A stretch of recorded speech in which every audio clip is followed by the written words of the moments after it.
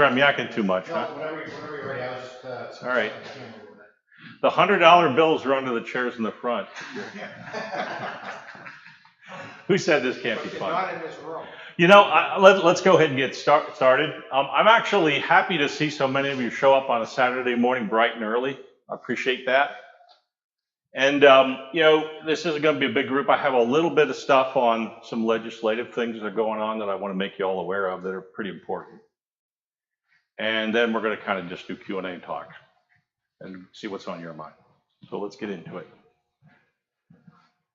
All right, and I'm also going to tell you a little bit about some of the work that Phil and I have been doing, and Rob as well. So, legislative stuff. How many of you are aware of the Shortwave Modernization Coalition? You guys know who these people are? For those of you who don't, it's a bunch of high-speed stock traders that up to this point have experimental licenses to build direct data links on the RF bands to speed up basically margin trading transactions.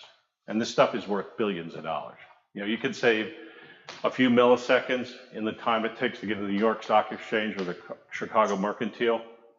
You beat everybody else to the punch, and it's worth a ton of money. Now, these folks have recently petitioned the FCC to allow them to permanently use the bands. And they're not in amateur radio space, but in some cases they're right next to amateur radio bands, which is why we're concerned about this now.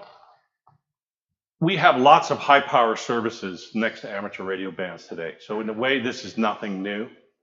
The problem with what these folks are asking for is they want to use very high power, I believe around 30 kilowatts. And the specifications that they're proposing for their transmitters are kind of loose. And so particularly in places like, for example, they're next to our 40 meter band, the league and everybody, I think, is very concerned about the potential for interference. So the FCC the ARRL did a study as comments for the FCC petition and filed very detailed comments basically saying what they're doing isn't bad, but the specifications need to be tightened up if they're going to approve this. And that stuff has gone in.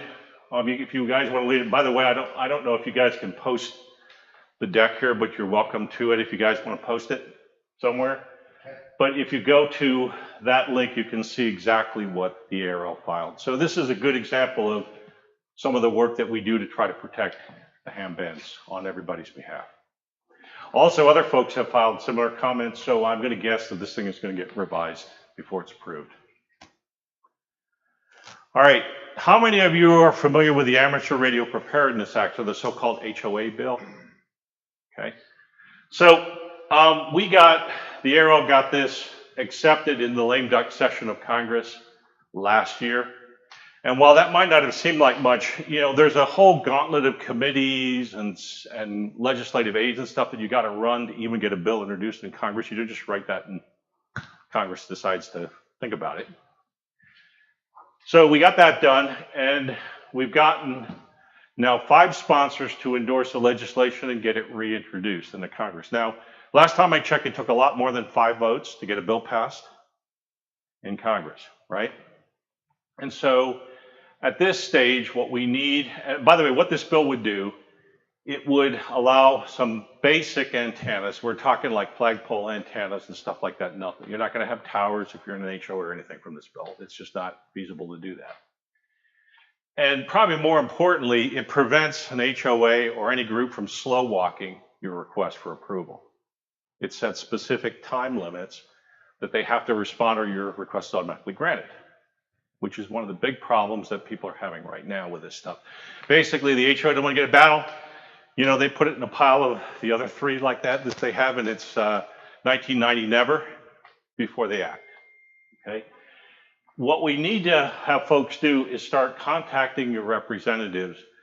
And probably the best way to do this is to pick up the telephone. Email is only marginally effective on this kind of stuff. And call your representative. You're probably not going to talk with them unless you write a big check.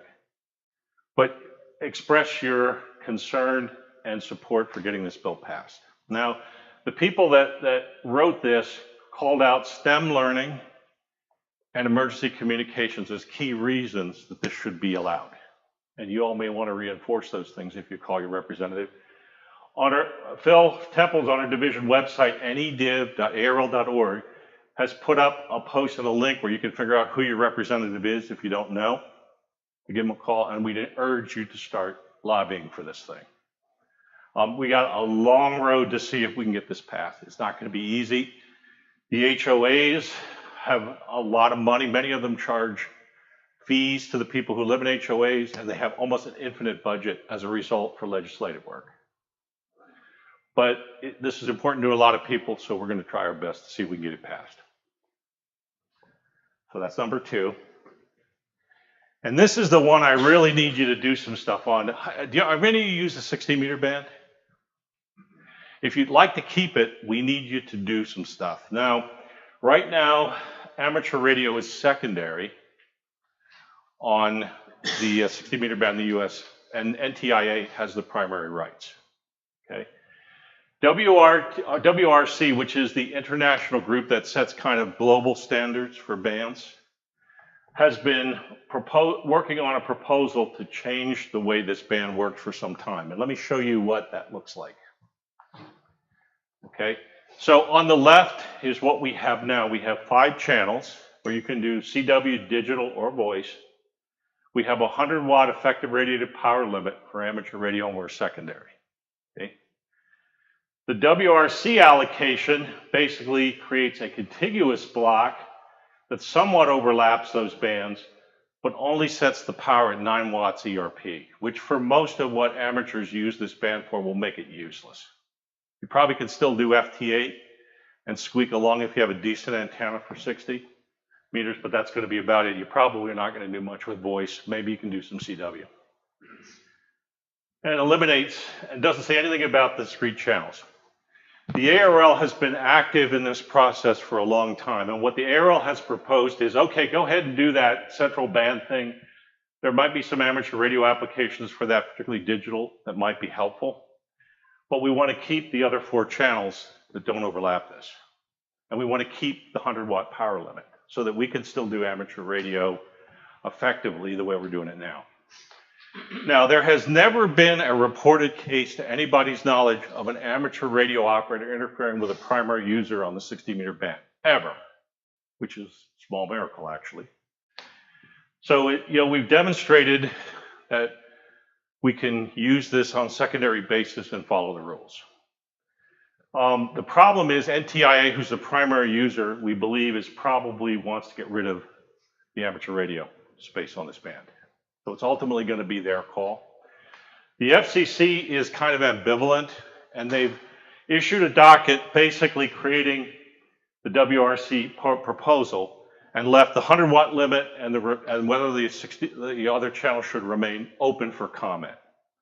So what we need you all to do is get on the FCC website, fcc.gov, ECFSS Filings Express, and file comments. And you need to do it fairly quickly because the comment period closes at the end of October. Right. Yeah. Just a note, that ET docket number is very important. Yeah. You'll have to know that 23-120 docket number in order to file comments properly. But we need to get as many hands as we can to do that. What we need you to say is that you want to see the existing channels that don't overlap the WRC allocation retained, and you want to see the 100-watt ERP limit for those channels retained. Okay. Now, how do you justify this? Well, these channels have been used, among other things, effectively for emergency communications and disasters in the Caribbean. And it's a particularly good band for that purpose because it's got the right range characteristics. The antennas are not quite so big as 80 meters. And propagation from that part of the world to the mainland US works quite well. So if you're looking for an additional reason to ask to keep this band beyond just saying you want it, that would be one thing you could note. Okay. We need as many people as possible to file comments to put some pressure on NTIA. Now, ultimately, this is NTIA's call because they're the primary holder and user of this band. So if they decide that they're going to be arbitrary, we're going to lose. And we'll lose the band.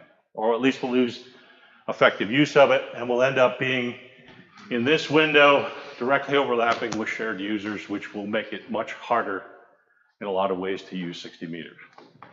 So we need you all to help us try to preserve this band if you can. Now, I did send an email out to the division list with the docket numbers and the links and all that kind of stuff. So you should, if you're an ARRL member and you subscribe to my emails, which I know not everybody does, somewhere in the bottom of your email box, hopefully not in your junk file, are 2 emails from me that it gives you all the information you need to file comments here. All right? So that's what's going on in the legislative world. You can see we're pretty busy right now with a lot of stuff. So before I move on, does anybody have any questions or any comments about any of this stuff? No? Okay, please find a little time, especially on this one, and try to help us out. All right, now for some good news. Anybody remember the club grant program that I was here talking about maybe a year ago? So I want to tell you a little bit about what happened with that. If you remember, we sort of set this up to encourage clubs to do things that would benefit amateur radio beyond just their immediate club. So we set the application process up to encourage things like programs that would do membership growth and recruiting, get on the air programs and ham skills development for new hams, work in schools on STEM, MCOM, RFI resolution, something that my buddy over here worries a lot about. Utilizing our bands in the UHF spectrum and above because they are being eyed by everybody, 2.4 gig, 1 gig, 5 gig for commercial reallocation, for 5G, shared stations for clubs and so on. So here's what happened.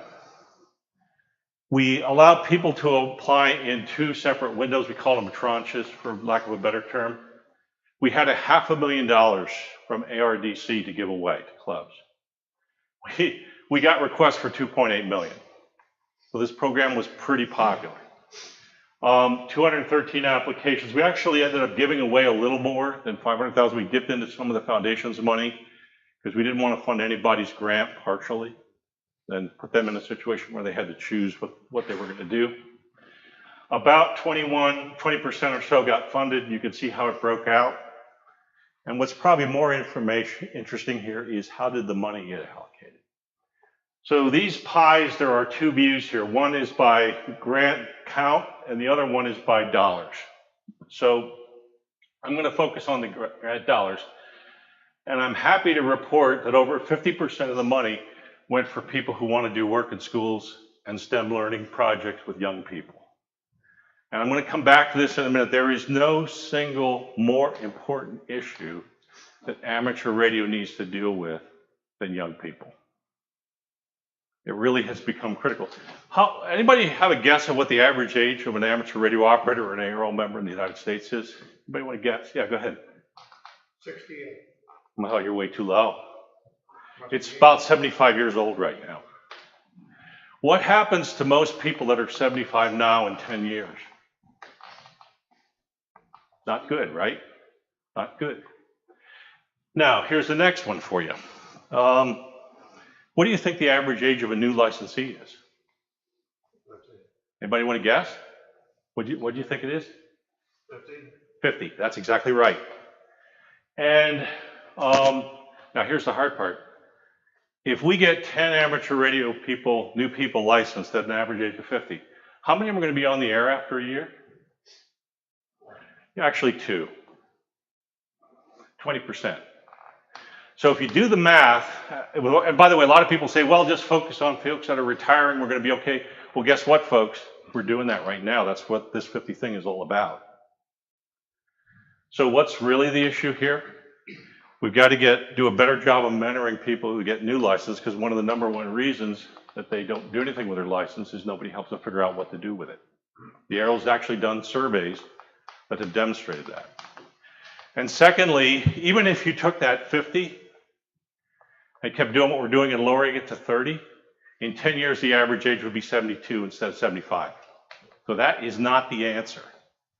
Okay, I've spent, along with a whole bunch of other directors on the board, looking at this problem for the last year and a half. We have all kinds of data that suggests that if we can't engage young people at a high school age, at a college age, at a middle school age, then we're going to fight a losing battle here.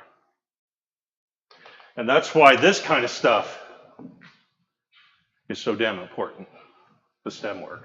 Because if we can't engage younger people in getting involved in amateur radio, we are fighting a losing battle. All right, so where else did the money go? Membership and recruiting. Get on the air programs aimed at those new hams that need help getting started. Good news story there. Club stations got almost 25% of the money. Think about that HOA problem and how difficult it's going to be to win that battle. So what's the alternative if we don't win the battle?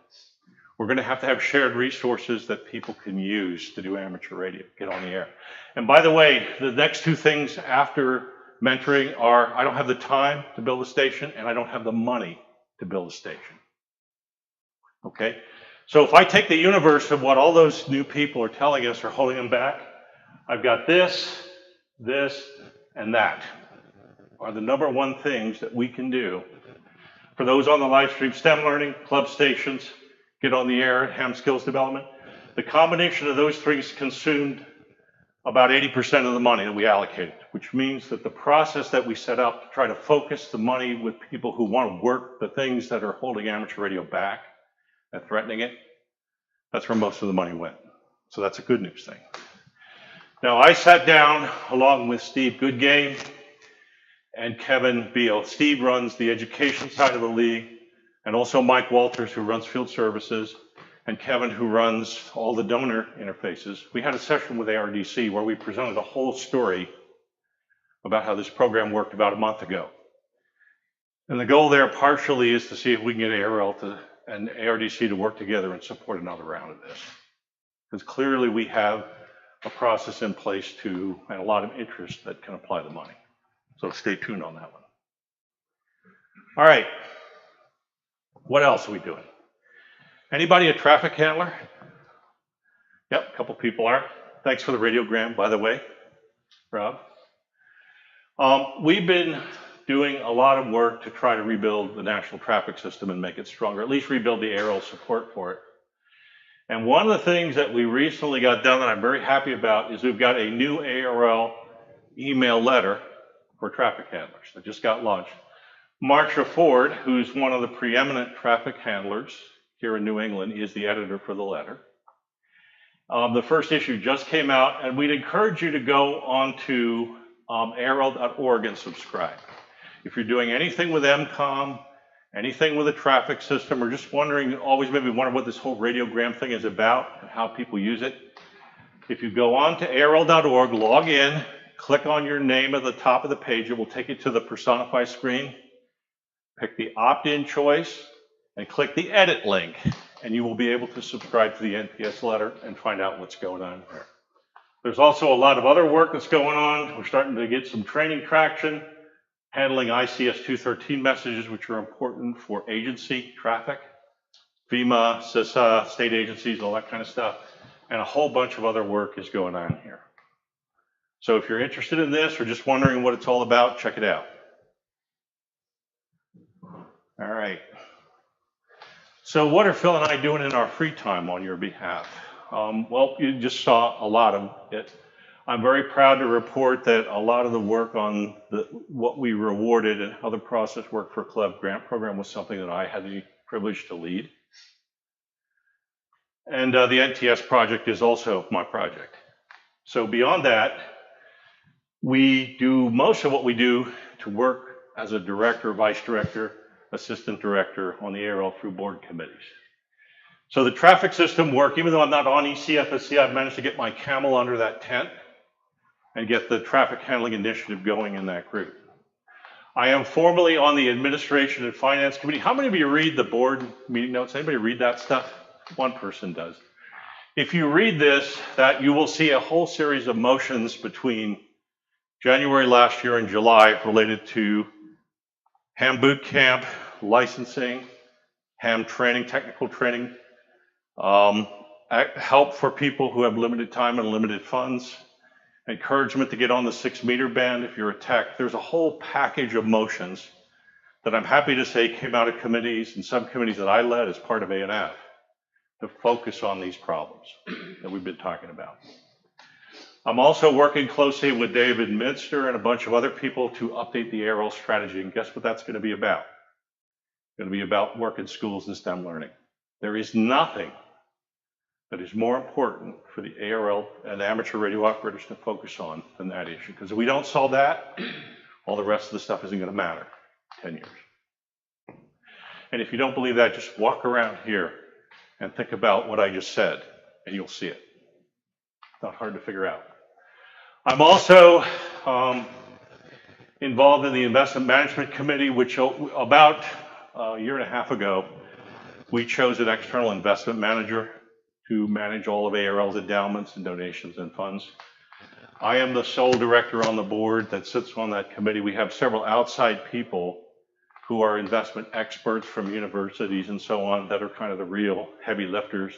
And I'm kind of there just to make sure that somebody on the ARRL board is watching what's going on along with the ARRL treasurer. And then lastly, I intend to stay involved in the club grant process through the foundation. And hopefully we'll get some more money from ARRDC and there'll be another round of that work. Okay, so that's what I'm up to. Any questions about any of that stuff? Yeah. I remember years ago for schools, they had something called the Big Project. Is that still around, or has that been replaced by the STEM? You know, most of what the ARRL does right now, Paul, is through the ARRL Learning Center. That's Steve Goodgame's work and Teachers Institute. Teachers Institute, for those of you who don't know, is a program that the ARRL makes available to teachers, mostly high school and middle school teachers, where they can come to the ARRL for a week, expense paid, and learn about how to apply amateur radio in the classroom. And they get to leave with a nice collection of toys to bring back to the classroom. For all kinds of hands-on activities, that's right. But it's a good program, but it's too small to make the kind of difference that we need.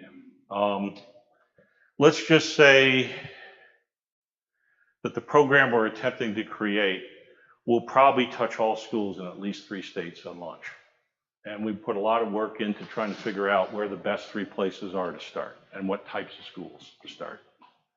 The working group that I'm leading, that's been meeting pretty much weekly for about a year now, has done all kinds of basically marketing research work to try to figure out how to take an organization like the ARRL that's relatively limited in resources and target places where we have the best chance of getting traction in the schools. So that's kind of where it stands right now. Yeah. The investment management committee, are you looking over the, you say there's outside people, experts that do some of the heavy lifting. How are they doing with fees? With, I'm sorry, what? The fees that those people are paying. Yeah, one of the things that we did when we chose that investment manager is we actually started with about 10 different firms, narrowed it down to 4 or 5, and the board actually interviewed, it was a part of that process, those 4 or 5 people directly, and chose an organization that met the following criteria. First of all, we were very stringent about not having what I'll call investor kickback-oriented funding. Many investment firms will say that, you know, if you buy my investment product, I'll give you a discount. And what's happening is they're getting a kickback from the various elements that are in that fund as a result of kind of pushing it. We chose an investment manager that really doesn't do that hardly at all, or does it very little, and they're required to let us know when they're doing it. So that means that our fees might look a little higher than what you would see if you go to one of the popular investment managers. But the thing is that they're not biased to push certain products. And we don't think that's a good idea, because that doesn't necessarily mean we're getting the best investment opportunities. We watch the fees and so on very closely. Those are set by the contract that we have with the investment manager. And we believe that with the people that we chose are a good balance between being unbiased in terms of the products that they put in our portfolio and still doing it at a fee structure that's competitive. So hopefully that answers your question. Are you looking at a certain total return or anything like that? Yeah, we are. I'm not at liberty to disclose that, but there is a certain target of percent above inflation that we have given as the primary criteria to our investment manager. And so far, they're more or less meeting that. Okay. Other questions about any of this stuff? All right. I'm sorry, anybody? No? Okay. So let me tell you a little bit about what Phil is working on. By the way, I believe Phil Temples is probably one of the hardest, if not the hardest working vice director in the ARRL. No offense, Ed. I was gonna say, all right. He does a tremendous amount of work beyond his job as vice director to benefit people here in New England. So for example, he runs Ham Exposition, the division convention. He runs a division website that is widely available to clubs and groups within the ARRL. That website has new content about activities that are going on in New England almost every single day. And in fact, if you all want to have an event or something your club is doing, or you just want to draw attention to a good piece of work, if you send Phil an email and some information, he will post that on any dev and file it for you. Phil is also involved in the ARRS committee, which is the ARRL liaison to the group that helps kids in schools make contacts with the International Space Station. Don't that focus on STEM and young people again? He's involved in the radio orientation committee, which is like competitive fox hunting, if you want to think about it that way. He's also, his major committee is program and services, which deals with rules for contests, field days, awards, and all that kind of stuff. So Phil works very, very hard on that stuff. And as do all my assistant directors, including Rob and Anita and Jack Ciacia, we all try to attend at least 6 club meetings a quarter so that we stay in touch with what's going on with clubs. Because we feel like the club system is one of our best vehicles to work a lot of those issues that I mentioned. Okay? Phil is also one of the team leaders in the NTS 2.0 project. And, you know, he works really, really hard. All right, any questions about what Phil is doing? He couldn't, unfortunately, be here. All right, one of the things that I ran on was trying to improve communications within the division. And if you all remember back 2 years ago, it would have been about this time, we were here talking about something called the 100-day plan. Remember that thing? Anybody remember that? I do. That was my commitment of things we were going to get done in the first 100 days that we were in office. And there was a lot to that, but one of the big things was communications. Now, most directors will hold a couple cabinet meetings. So what's a cabinet? Section managers, club presidents, and key people on the field organization are typically in a director's cabinet. Most directors, if they had those, had them around the time of board meetings to get some input and let people know what's going on. I don't think that's nearly enough. I think we've been holding cabinet meetings 4 times a year. I'm into 3 so far for this year. There'll be 1 more. And one of the things that we do that's a little unique is that we bring one of the key leaders from headquarters into every one of our cabinet meetings and let them talk about what's going on about headquarters work and get some direct feedback on what people are concerned about. And that process has been really valuable. Also, folks like Peter and Paul and others let everybody know what's going on in their sections so that we have a chance to kind of take best practices and maybe solve some problems. I've also started a process, and I'm happy to report that some of my peers as directors have picked up on this, to have town hall meetings, which are open to everybody who's an ARRL member in New England. The next one will be November 8th at 7 o'clock. Mark your calendar, that'll be the last one for this year. We typically get 100 to 200 people that join these things. I'll share probably some of the same kind of information I'm sharing here with everybody in the division. And then we'll take questions. And by the way, you all ever heard about something called transparency? Let me tell you what transparency really looks like. Transparency looks like, for example, having a town hall meeting where anybody can ask a question and recording and posting it, which we have done with every single one after the fact. So don't be fooled if you're involved in an election by somebody who's on talking about transparency. And there's no elections up right now that you all will be affected by, but when there are, focus on people who walk their talk and actually do what they say they're going to do. Okay? So what else? Division newsletters. Corey Golub in Maine has been publishing the New England Beacon. We're going to be doing another round of the Beacon probably late October, early November. And if you all would like to have articles that will run in that division newsletter, let me know or Phil know, and we'll get that stuff to Corey. If your club's doing an activity, if you maybe built an MCOM trailer or did some activity, we'd love to have an article about that that will go out to all the ARRL members in the division. You can see this is my last formally scheduled Hamfest for the year. By the way, if you're involved in doing Hamfest, be sure to register them with Stevie Wald so we can help you manage any conflicts. Where's the town hall meeting now? It's going to be on Zoom. I'll send that out to my division email list, the link, probably in the next week or two, probably in the next couple weeks. By the way, if y'all haven't subscribed to the division email list, I'd encourage you to do that. And again, that's the same path as the NTS letter. Log on to ARRL.org, click on your name, you'll go to your Personify page, click on opt-in, opt-out, and in that click on edit. And in that checklist, there'll be a place where you can pick from the newsletters, including my email list. And that's how you'll find out about the link. It'll also be posted on nedib.arrl.org. All right.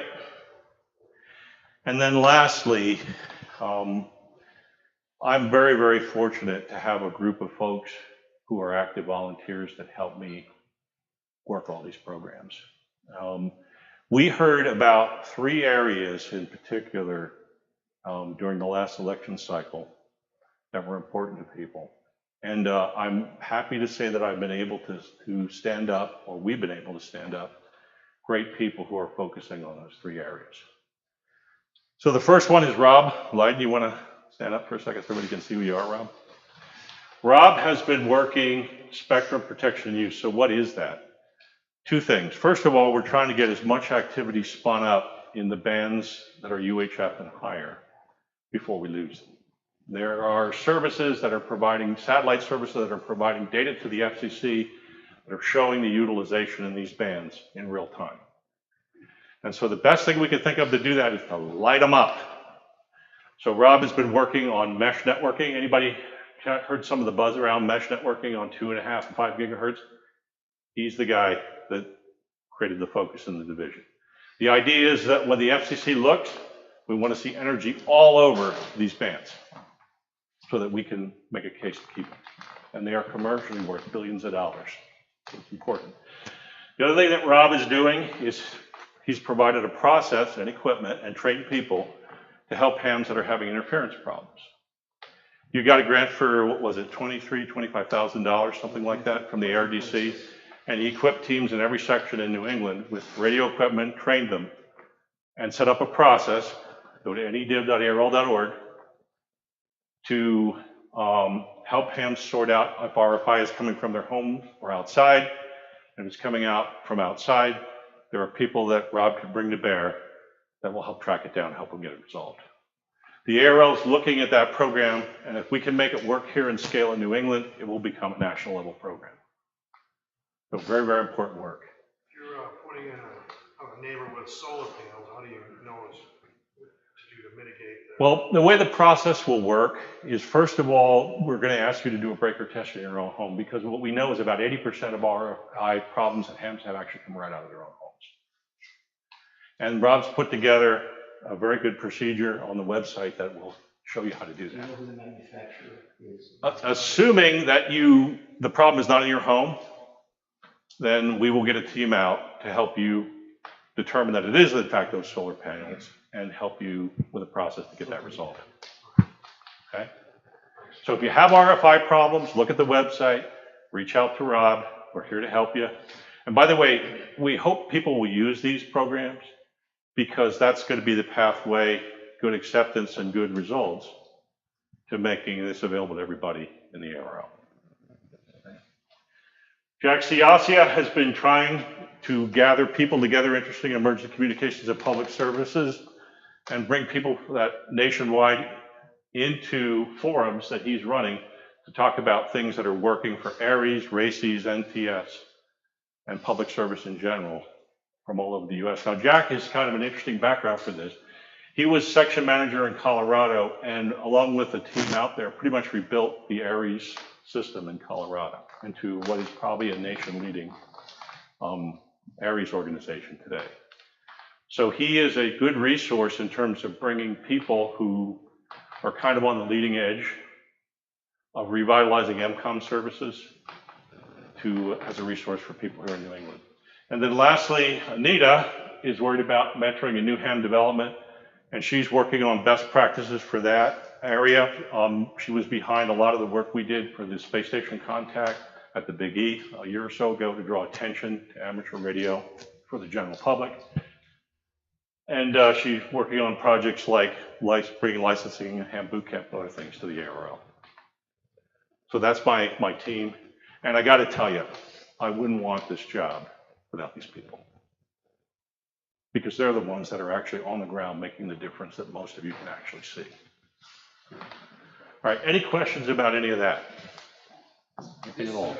Site you said it's on the FCC site that can monitor the use of the bands. Yes. Do you know what that's listed under? I don't. It's not, you won't find it associated with the FCC. If you Google like commercial satellite monitoring services, you'll find out about what some of these people are. And the scuttlebutt is that the FCC is working closely with them to use their data.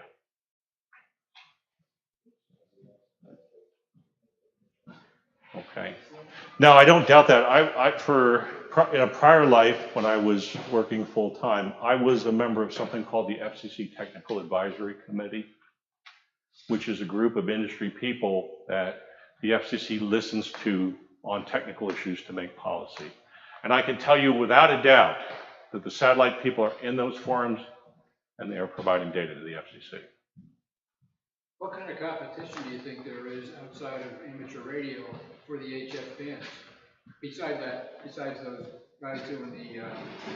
You know, most of the focus right now is on VHF and above.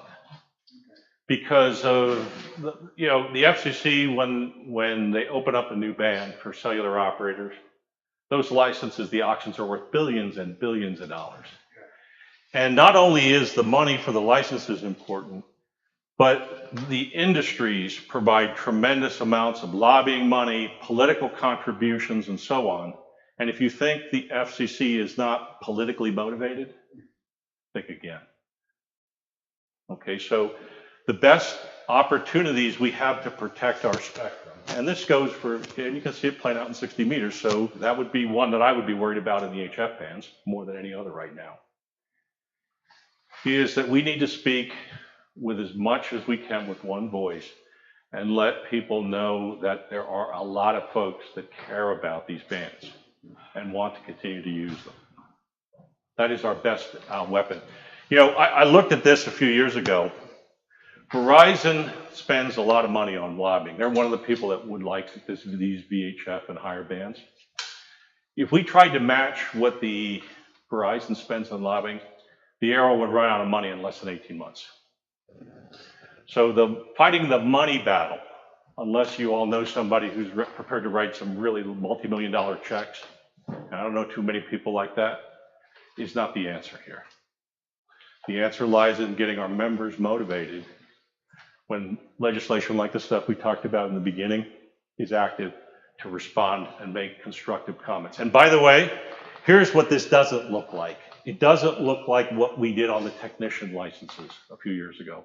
Amateur radio operators killed one of the best opportunities we have ever had to modernize license privileges in a way that would engage young people. There was a proposal that the ARRL put in front of the FCC to grant technicians some more meaningful privileges on the HF bands. I think it would have opened up some stuff in 40, if I remember right, some stuff in 20, and some stuff in 50. Limited sideband and digital privileges. You know what killed that proposal? Ham saying, oh, I had to work really hard to get my extra class license. These techs are going to screw this all up. We killed it. Amateur radio people killed the steps that would have done the most difference to take those 8 people that get a license and don't ever do anything with it, to give them some real motivation to use it. And we killed that. And as long as people in the community behave that way, amateur radio is going to continue to decline until there aren't enough of us left to do anything anymore. So we need to start focusing on the bigger picture here. There's plenty of room. Yeah.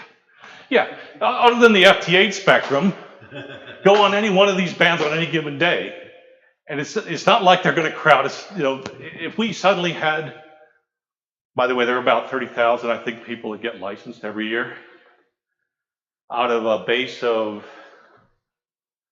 I want to say, well over 200,000 licensed hams. They are not going to use up all our spectrum, even if they all light it up, and not all of them will. So if and when we can get that proposal to come back, and that's a conversation I have with our FCC counsel every single time I see him, please don't do that again. It was a huge mistake.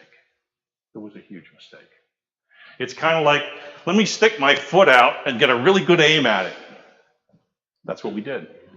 We shot ourselves in the foot. All right, I don't want to get too preachy. This is something that is really important to me personally.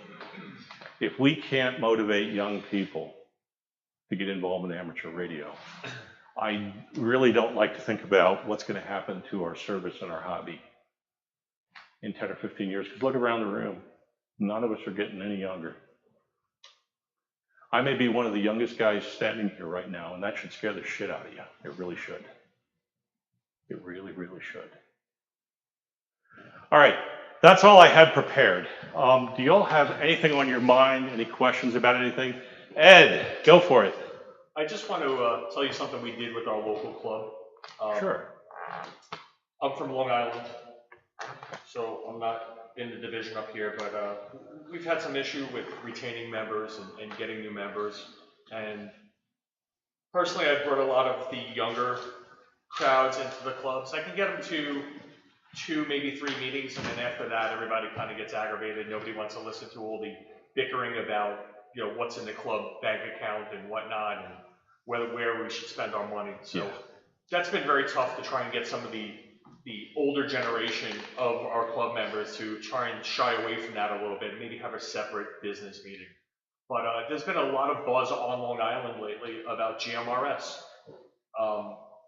They developed a pretty hardy GMRS system on Long Island from 3 repeaters from Montauk to Manhattan, which is probably a stretch of 150, 160 miles, and they're all linked. So I went out, I started listening to the GMRS frequencies a little bit more, and I was listening to these guys, and they're really good operators. Yeah. They're a lot better operators than some of the hams that have been licensed for 30 plus years in the club. So I got a little bug in my ear, and I invited them down. We had a joint meeting from our GMRS club and the ham club. We doubled our meeting size. We had just about 40 people showing up, and there's probably more GMRS people that came down. And age-wise, they were younger, probably between 25 and 50-ish. Yep. And some of them were hams. Yep. And we had probably about 30% of them actually are hams. We actually looked at this as part of the strategic planning work as a possible strategy for the league.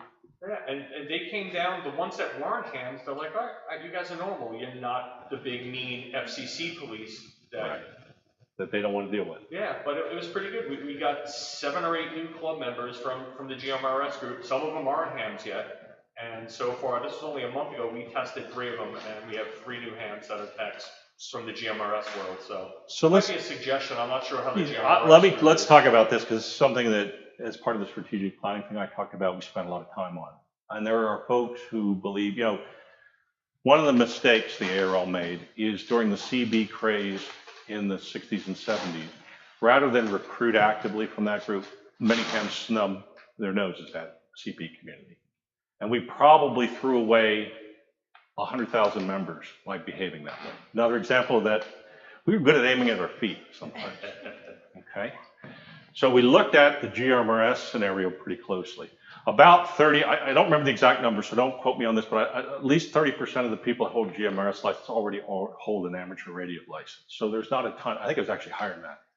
There's not a ton of low-hanging fruit there. I think it was 40% we said at the board meeting. Yeah, that sounds more. I wanted to be conservative because I don't remember the number right off my top of my head. These people are not there to do radio. They're there to do something else. Outdoor stuff, off-roading, family radio sometimes, okay? So to market to these folks, most of them, we have to market on those terms. If you want to see how this works, go on Google and Google GMRS radio, and you're going to see somebody driving an RV or some other activity than camping. And so one of the challenges in doing this is that we'd have to make the ARRL about something a little different than amateur radio to effectively appeal to the new people that are coming in, okay? That's probably something we're gonna attempt to do better. We're probably gonna do some marketing focused specifically on the GRMS community. And here's why that's important. You know the difference between a GRMS license and an amateur radio license? A test. You don't need to do that for a GRMS license. You can get privileges, channelized privileges, similar to what you have with a tech, similar power levels, repeaters, as Ed said, and all you do is pay a fee. So guess what? Think back to that conversation we just had about making the technician license more meaningful. GRMS is growing at about 10 times the rate the technician licenses are right now. So they are bleeding off a lot of the people who potentially would get an amateur radio license. And so what do we have to do about that? Well, first of all, we probably need to do a better job, as Ed's saying, appealing to some of those people, because we're losing our incoming base big time to that community. And secondly, if we're going to have convinced people to get a tech license, we might want to put something in there that isn't a direct match that people want to do for a GRMS license. Because guess what? If I'm one of those people that wants to have that for my RV off-roading or white camping or whatever, I'm just going to pay my money and off I go. Why would I get a ham license? That covers your immediate family.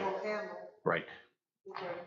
So folks, part of my message here, till you throw me out, from here on in, is going to be, we need to start thinking about modernizing our hobby and solving some of these fundamental problems. We need to get good at dealing with young people. We need to modernize what an amateur radio license is. And the longer we wait to do this, the harder it's going to become, because there's going to be less and less pressure on the FCC, less support in the vendor community for amateur radio. The situation is not going to get better by itself. It's going to get worse. And the time to act is now. Can't wait any longer. Is the ARRL any consideration of putting out a newsletter in conjunction with ham radio for the GMRS? We're looking at all that kind of stuff, yes. When we launch a formal marketing effort for this, I'm sure it's going to include things like that. We thought that maybe we could focus on membership growth in the ARRL. Is that a core strategy there? The problem is that a lot of the people who already have GRMS licenses already have amateur radio licenses that want them. So there's not a lot of low-hanging fruit. The thing that we really need to focus on is getting more of the people that are entering the GRMS community to think seriously about getting an amateur radio license. The damage is being done by the fact that it's bleeding off the growth potential in the hobby. And that's the thing we're going to have to figure out how to fix it. By the way, those aren't the people who already have a GRMS or a ham radio license, but they might be those kids in school that, if we do all this hard work in STEM learning, might consider getting a license.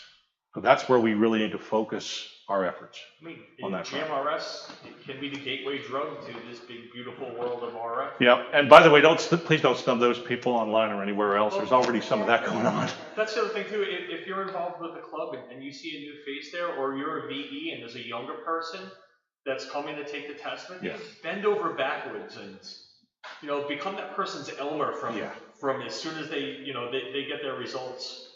They need that. I see that too with the vice president of one of the clubs I belong to, and a new person comes in, we kind of just ignore that person in the room. And the first thing I do is, I see somebody new, we're going to go around the room, we're going to introduce ourselves. And I think we should do that every meeting, even if we're, the same old bunch of people, just to get into that habit. By the way, any of you part of an amateur radio club that's struggling for members? Anybody have that problem? You want to be one of the biggest amateur radio clubs in the United States? I have a very simple way for you to do that. And I know this works because I've done it. Anybody aware of a club in Nashua? Sure. Right? I don't know, how long ago, maybe 10, 12 years ago, the rights were ready to go out. My predecessor as president couldn't even stand up a field day with one of the best field day hits in the nation because he couldn't find 10 people to do it. Canceled field day. So what did we do? Well, we started teaching license classes and we recruited a whole bunch of new people. And it came time for elections and nobody wanted to run. You know what we did? We loaded the board with 4 people who were licensed less than 6 months. And that was the best thing we ever did, because the stuff that Ed is talking about changed instantly. And the club rebuilt itself to focus on new people. You know how many people are in Nashville Radio Society today? Over 350 members. 1 to 2 people join without any recruiting every week. We have members in 42 states and some people outside the United States. So what's the secret? Focus on new hands and mentoring. If you do that, and you truly do it, you will never have a problem with membership again. Because all those 8 out of 10 people that are out there that have a license that never had anything to do with it, they're going to gravitate, any of them, to your club if you do that. And that's one of the reasons we're pushing so hard to get the ARRL into the mentoring business seriously, because we think it's going to do the same thing for the league. Yeah. Why not turn field day into a doctor's school? You have all these clubs on the island, like I went with him this year, Yeah. so he like had me tag along. Adopt a school and have the kids, because if you're licensed, you can let somebody get on the air and play. It's a great idea. You know what, by the way, every field day I've ever held, I've held at school, most of them at middle schools, Like for that exact reason. Adopt their program, like adopt one of their radio Here's what part of the challenge is. Remember what I said about aiming at our foot? Think about that, what the ARRL is like. How do we get our leaders? Well, people who are ARRL members elect them. Those folks, wonderful folks who have lived and enjoyed amateur radio for all their lives. They don't want to let us in. But they're thinking in terms of their model for amateur radio, not for what we need coming in. And so what happens? Well, those people get on the board. And they get appointed to head committees like PSC that do what? Set the field day rules. So what do you think they're going to do? Right. So what can we do? This is a real question. We need to be out and start advocating for people who are going to modernize this hobby. And we all need to get on board with it. And we need to start holding our directors accountable for real action in that direction. Because if we don't do that, you know, one of my jobs as the director is I'm a fiduciary. So what does that mean? I'm responsible in taking my job on the board, among other things, to make sure the ARRL remains healthy and viable. And by extension, that amateur radio remains healthy and viable. You know, I'm probably going to get a lot of flack for saying this, but nobody should be a director unless they're on this problem. And if you are a director and you're watching this, then get with it or get out of the way. And you know what? If that costs me my next election, I don't give a damn, because it needs to be done. Yeah.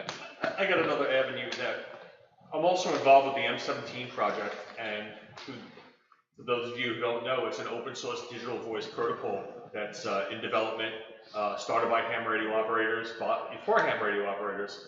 And one of the groups that we're attracting is the hacker and maker community, the 30 and under crowd. Yep. They love it. They love it. Sitting here at a booth, we have a booth here at Nearfest for the last 3 years. Get a lot of the old timers coming out. Another digital voice, bro. All right, you know, boo-hooing digital voice and whatnot. And then I usually wind up talking to those people, and one of the concerns of the old timers that are coming up, we need to get more kids in the hobby. Like, there are kids in the hobby. They're the hacker and maker community, and I know hacker has such a bad connotation to it. Well, there are good hackers and bad hackers. There definitely are. The amount of 30 and under kids, for lack of a better term, in that group that are ham radio operators is amazing. I don't have exact numbers, but just interacting with them. Yeah. And these kids are out there, they're learning CW. Yeah. And they're on the air. Yeah. And people, oh, we don't hear them. They're doing the digital voice. They don't want to talk to us. You know, yeah, you're right. And some of that is our own fault for not being more welcoming when they try. You know, I want to share one last thing, because I want to end on a positive note here. One of the things that I'm doing right now that I really enjoy is helping a couple schools talk to astronauts on the space station. I did one contact in Peabody, Massachusetts yesterday, Covenant Christian Academy, very nice private school, wonderful teaching staff, amateur radio club there, went and raised money and built the kids a satellite ground station in their school so they could do the contact and start a radio club. That's what we need to be doing. That's what success looks like. And that club is making a major commitment to work with that school to help them start a radio club and sustain it. I did another contact with a school in Philadelphia, Council Rock High School. You probably saw their article in QST. Helped them make 3 contacts. You know what we did? We beat the kids up because they didn't have a coax cable plugged into the back of the radios on the cover of QST. What the hell was that? The people that did that should be ashamed of themselves. For all the hard work that school put into it, and it is a wonderful program. The kids run it. There's probably 30 kids down there that join their radio club and really love amateur radio. Why was that necessary? What did we accomplish? This is what success is going to look like, folks. We need to change the way we think about this hobby and start focusing on our future. And that means that it's not going to be exactly what we always thought it was. You know, when you all came in the hobby, if a ham walked up to you and said, you know, if you don't do spark, you're not a real ham, would you have become an amateur radio operator? That's what many of us are doing right now to the younger generation. We got to stop doing that, folks. We really do. We're turning people away that we desperately need to help us. So please think about that. Think about something you can do for members. By the way, we're going to be doing another space station contact if you want to see what one of these is like on Valley Stream, on Long Island, on Valley Stream, New York. There's going to be a live stream link. I'm pretty sure Phil's already posted it, but if he hasn't, I'll get him to do that. Watch what goes on there. Watch the faces of the young people when they talk live to an astronaut on the space station via amateur radio. Think about doing something like that. Make that experience for someone around you, even if it's only one person. Make a difference. We desperately need your help. Yeah, final question. Is On the Air going to be available for back issues on the ARRL website? I'm pretty sure it is already. It's on the app. Yeah, I think if you go in there, it's available. And we're all, by the way, the other thing that's working on the club subcommittee of ECFSC, which I've also got my calendar that tent, is looking at bringing the library program back to provide book sets for libraries and a discount on QST print and stuff like that as well. So people are working on this stuff. The ARRL is trying its best within the resources we have to solve some of these problems. Please help us. Please, please help us. All right, folks, there's probably somebody in here after me. I'll be around for the morning, so if you want, come on up to the table and I'll be happy to talk with you about anything. Thank you for coming. I'm done interrupting you. It's okay, Ed, you helped. It's good, all good.